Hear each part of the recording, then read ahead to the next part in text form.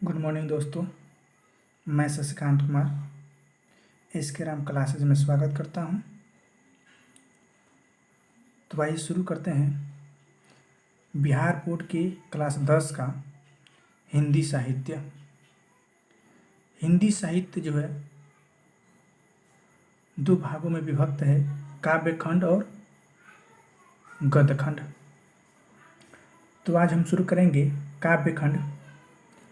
काव्यखंड में जो पद दिया है गुरु नानक जी का, उनके पदों के बारे में जानेंगे। लेकिन उनके द्वारा लिखे गए जो पद हैं उन पदों के बारे में जानने से पहले कुछ बहुत ही महत्वपूर्ण ऑब्जेक्टिव बनता है गुरु नानक जी के जीवन से, जो कि आपका बिहार बोर्ड में बार बार पूछता रहता है। तो हम उन्हीं ऑब्जेक्टिव क्वेश्चनों को देखेंगे। तो आइए शुरू करते हैं।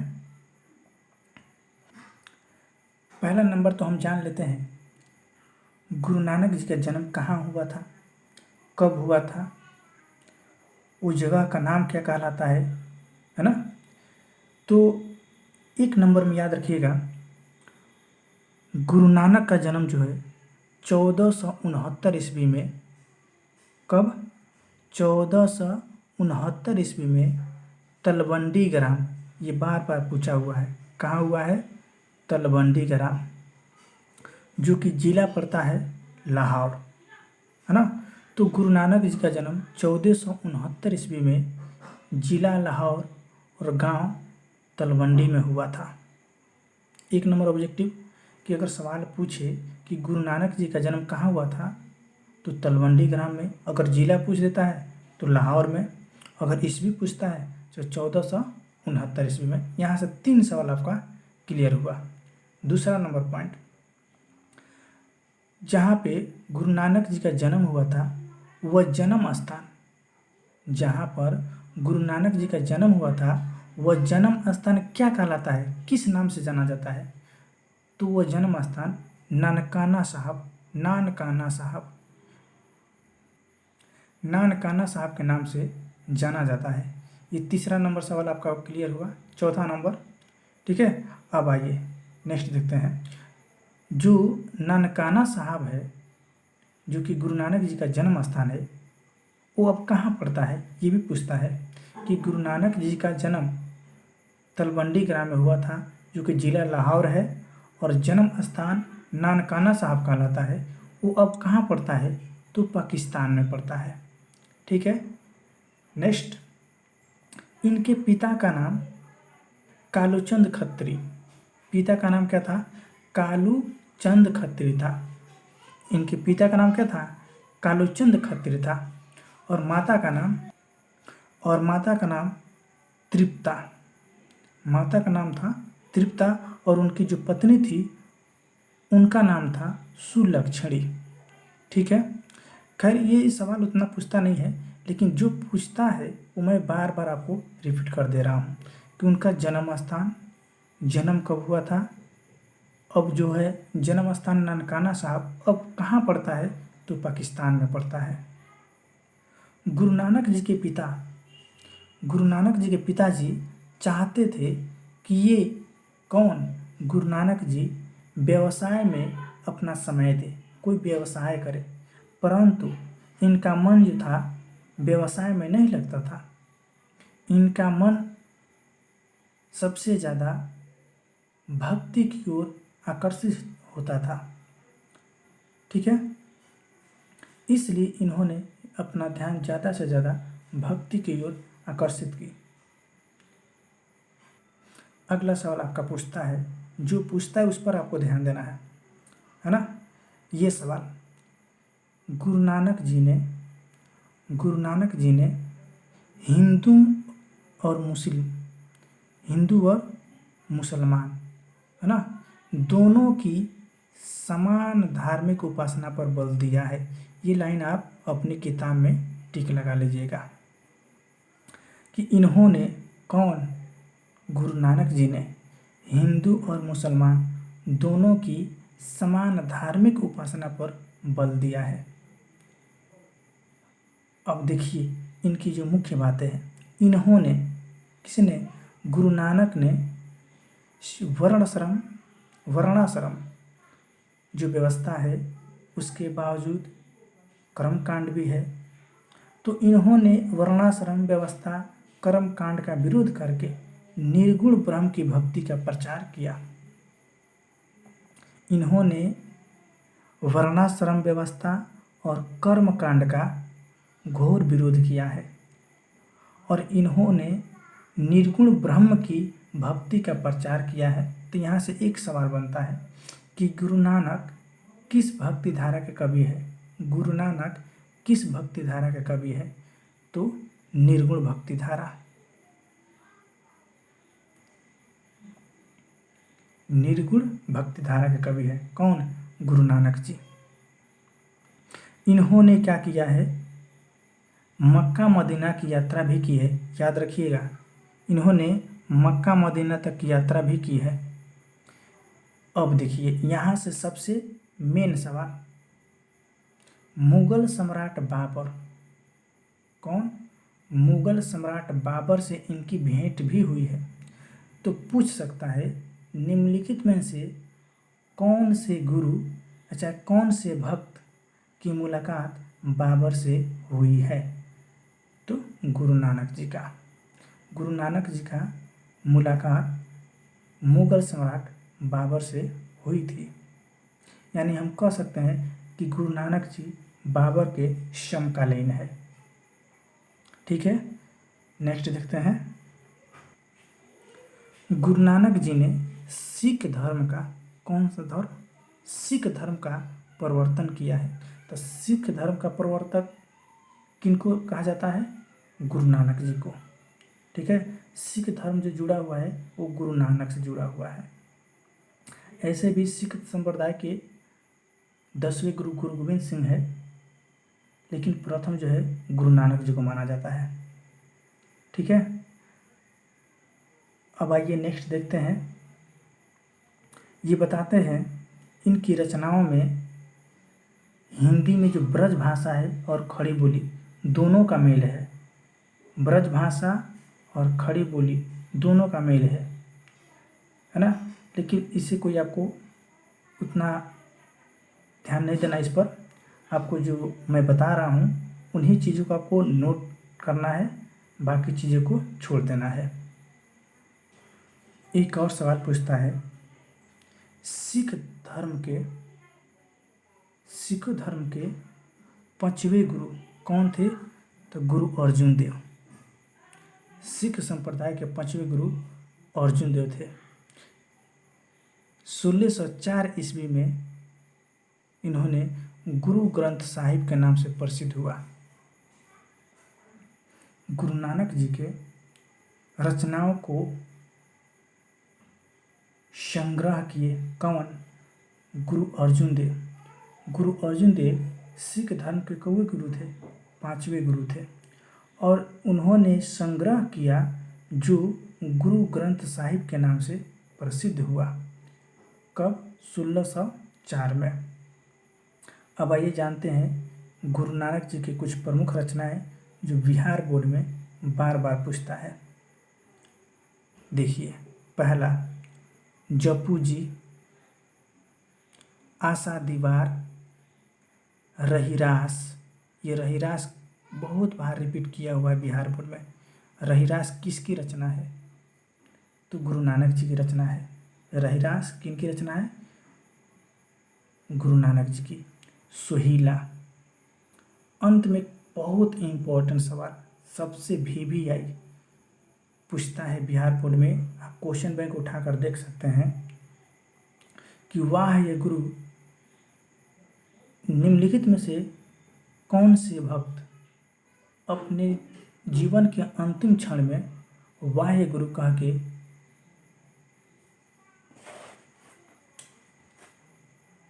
मृत्यु को प्राप्त किए हैं? तो गुरु नानक जी। गुरु नानक जी ने वाहे गुरु बोले हैं। 1539 में इन्होंने वाहे गुरु कहकर, कब? 1539 में गुरु नानक जी ने वाहे गुरु कहकर अपना प्राण शरीर से त्याग दिए। 1539 में वाह्य गुरु कहकर गुरु नानक जी ने अपना शरीर से अपना प्राण त्याग दिए। नेक्स्ट पूछता है, देखिए ये लाइन, निर्गुण निराकार, निर्गुण निराकार ईश्वर के उपासक गुरु नानक जी हिंदी के निर्गुण भक्ति धारा, कौन भक्ति धारा? निर्गुण भक्ति धारा के एक प्रमुख कवि रहे हैं, है ना। तो ये पूछता है कि गुरु नानक जी किस भक्ति धारा के कवि हैं? तो निर्गुण भक्ति धारा के कवि हैं। ठीक है। गुरु नानक जी का इस चैप्टर में 2 पद है। पहला पद में वो बताते हैं और कहते हैं वेशभूषा, जो शरीर का जो बाहरी वेशभूषा है, पूजा पाठ है, कर्म कांड है, इस सबों को त्याग कीजिए। कौन कौन? बाहरी जो वेशभूषा है, जो दिखावा है, जो पूजा पाठ है, कर्म कांड है, इसको त्याग कीजिए और इनके स्थान पर आप क्या कीजिए? सच्चे हृदय से राम नाम का कीर्तन अर्थात राम नाम का जप कीजिए। कहने का अर्थ ये हुआ, कहने का तात्पर्य ये हुआ कि आप जो बाहरी वेशभूषा टीका फाना कर रहे हैं, ये छोड़ दीजिए, इसको त्याग कर दीजिए और इसके स्थान पर आप राम नाम का कीर्तन करिए, तभी जाकर के ईश्वर की प्राप्ति हो सकती है। कहने का अर्थ ये हुआ कि ईश्वर को प्राप्त करने का एक सच्चा मार्ग गुरु नानक जी के द्वारा राम नाम का जाप है। राम नाम का कीर्तन कीजिए, ईश्वर की प्राप्ति आपको अवश्य होगी, क्योंकि नाम कीर्तन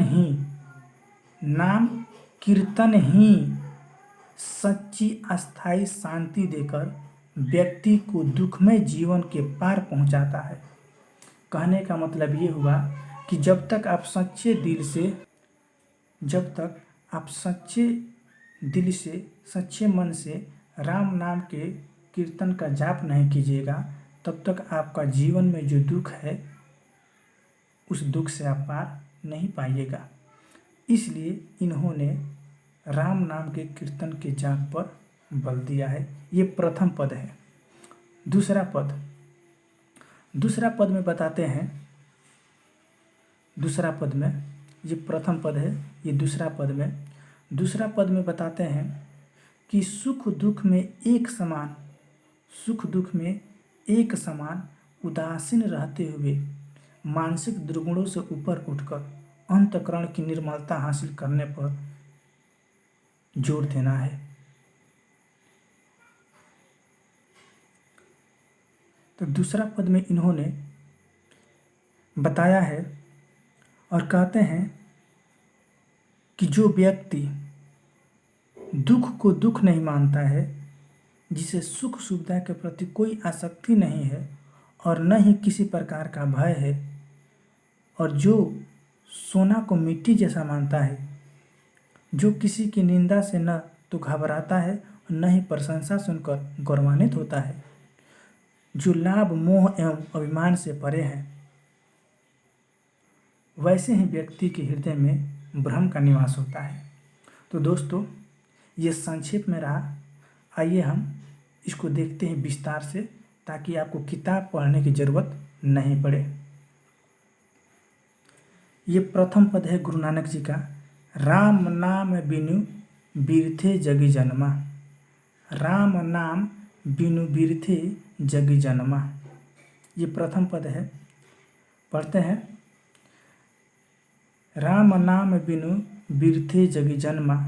बिखु खावै बिखु बोलै बिखु नावै निफलु मटी भ्रमना।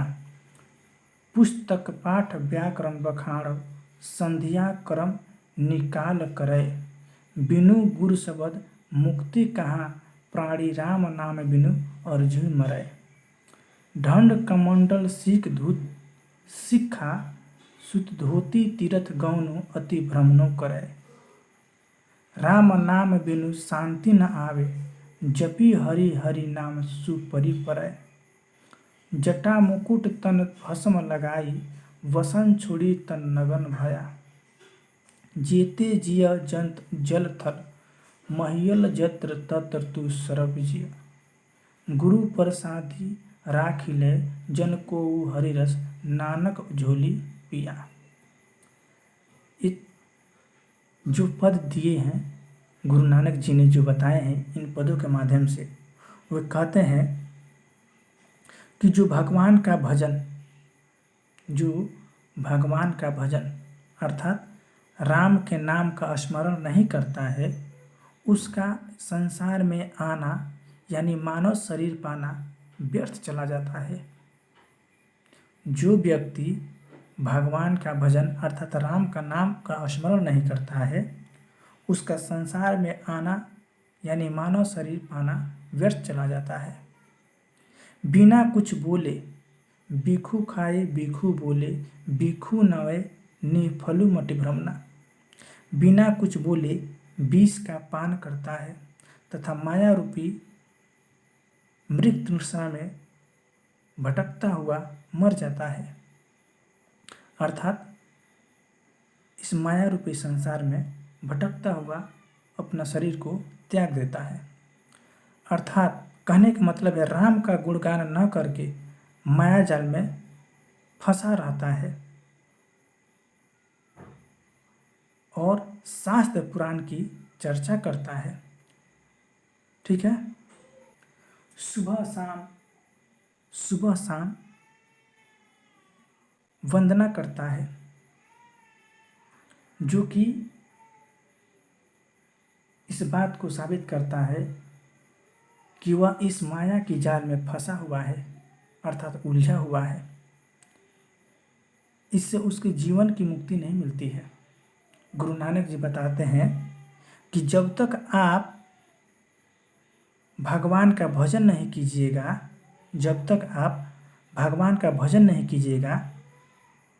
तब तक आपको इस धरती से मुक्ति नहीं मिल सकती है, इस संसार से मुक्ति नहीं मिल सकती है।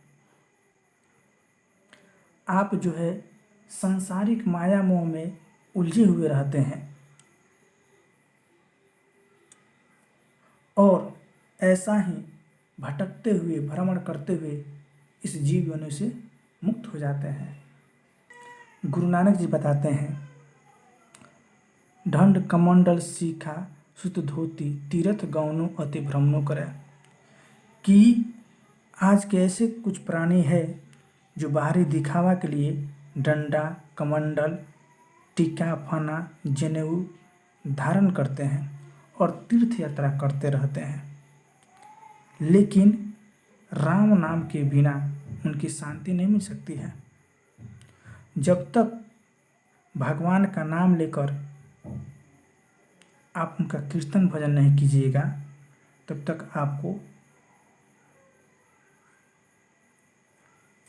तक आपको ये जो जीवन है सफल नहीं हो पाएगा। कहते हैं कि ढंड कमंडल, टीका, फाना, जटाधारी धारण किए हुए लोग आज अपने पैर को पुजवाते हैं और वे अपने को संत कहलाने के लिए बड़ी से बड़ी जटा बना करके, शरीर में सीख लगा करके, राख लगा करके, वस्त्रों को त्याग करके नग्न हो जाते हैं, जिसके परिणाम स्वरूप वे संसार में जितने जीव जंतु हैं उन्हीं जीवों में जन्म लेते रहते हैं। इसलिए गुरु नानक जी ने ये संदेश दिया है अपने भक्ति के माध्यम से कि जो मनुष्य ईश्वर का जाप नहीं करता है, राम नाम का कीर्तन भजन नहीं करता है, उसका इस मृत लोक में जीवन असफल हो जाता है। अर्थात इस मानव शरीर का, ये जो मानव शरीर है, इसका पाना व्यर्थ चला जाता है। इसलिए हे मानव, अपने इस जीवन में राम नाम का जाप करो, तभी आपको ये जीवन सफल होगा। दूसरी पंक्ति जो दिया है, जो नर दुख में दुख नहीं माने। आप जो ये पूरी पंक्ति को पढ़ लीजिएगा हम पढ़ेंगे तो ज़्यादा से ज़्यादा टाइम लगेगा, इसलिए मैं इसका अर्थ ही बताना शुरू करता हूँ कि जो नर दुख में दुख नहीं माने। गुरु नानक जी इस पंक्ति के माध्यम से, इस पद के माध्यम से बताते हैं कि जो मनुष्य दुख को दुख नहीं मानता है, जो नर दुख में दुख नहीं माने। गुरु नानक जी बताते हैं जो मनुष्य दुख को दुख नहीं मानता है, जिसे सुख सुविधा के प्रति कोई आसक्ति नहीं है, किसी प्रकार का डर भय नहीं है, और जो सोने को मिट्टी के समान मानता है, और जो व्यक्ति किसी की निंदा से न घबराता है और न ही प्रशंसा करने से गर्वान्वित होता है, और जो लाभ से मोह माया से परे है, जो हर्ष विषाद दुख सुख में हमेशा एक समान रहता है, जिसके लिए मान अपमान दोनों एक बराबर है, वही व्यक्ति के हृदय में ब्रह्म का निवास होता है। जो व्यक्ति काम क्रोध को अपने वश में कर लिया हो, जो मान अपमान दुख सुख में एक समान रहता हो, वैसे ही मनुष्य के हृदय में ब्रह्म का निवास होता है। तो दूसरी पंक्ति का अर्थ हुआ। दोस्तों, अगर वीडियो पसंद आई हो तो लाइक कीजिए और ज़्यादा से ज़्यादा शेयर कीजिए। इस चैप्टर का मैं प्रश्न उत्तर अगला वीडियो में अपलोड कर दूंगा। जय हिंद।